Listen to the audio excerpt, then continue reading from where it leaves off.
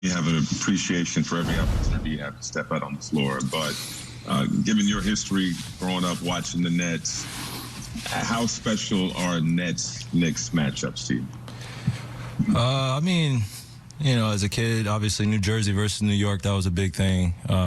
Whether the Knicks were at Continental Airlines Arena or, you know, New Jersey was at MSG. Now that Brooklyn versus New York, kind of the whole entire area. You know, a lot of people I see on Instagram and Twitter, you know, on media outlets, just New York versus this whole big thing. But and I think as players, we feel it naturally. But obviously being from here, it's a little bit of a different sentiment, you know, because I got to go home and actually be around Knicks and Nets fans. You know, it's my family, so it's basketball, it's competition, it's a world sport, so it's just nothing but respect. But obviously you want to come out here and just have fun going against New York Knicks. You know, they've been playing well all season, so well-coached team, and just appreciate the opportunity.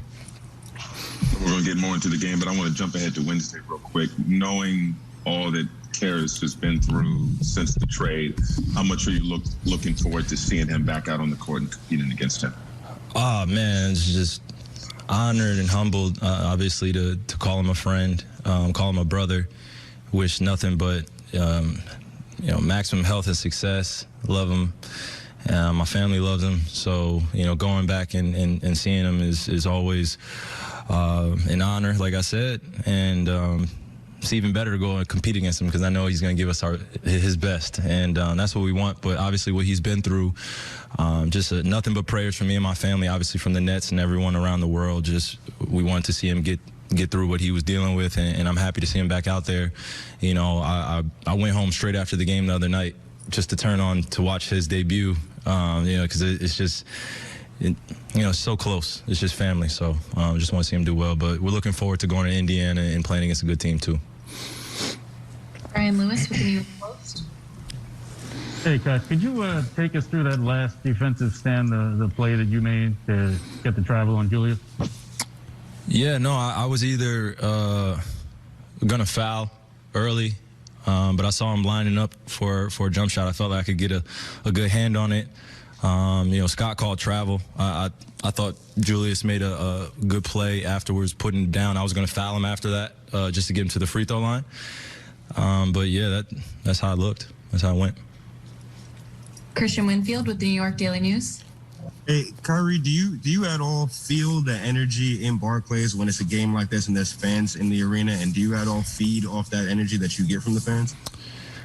I mean, I've been playing basketball practically my whole life, so, you know, getting a chance to go in front of, you know, play in front of fans or anybody that's supporting the game and want to see players playing hard and competing at a high level and that are respectful, you know, to all the players and all the professionals that are out there.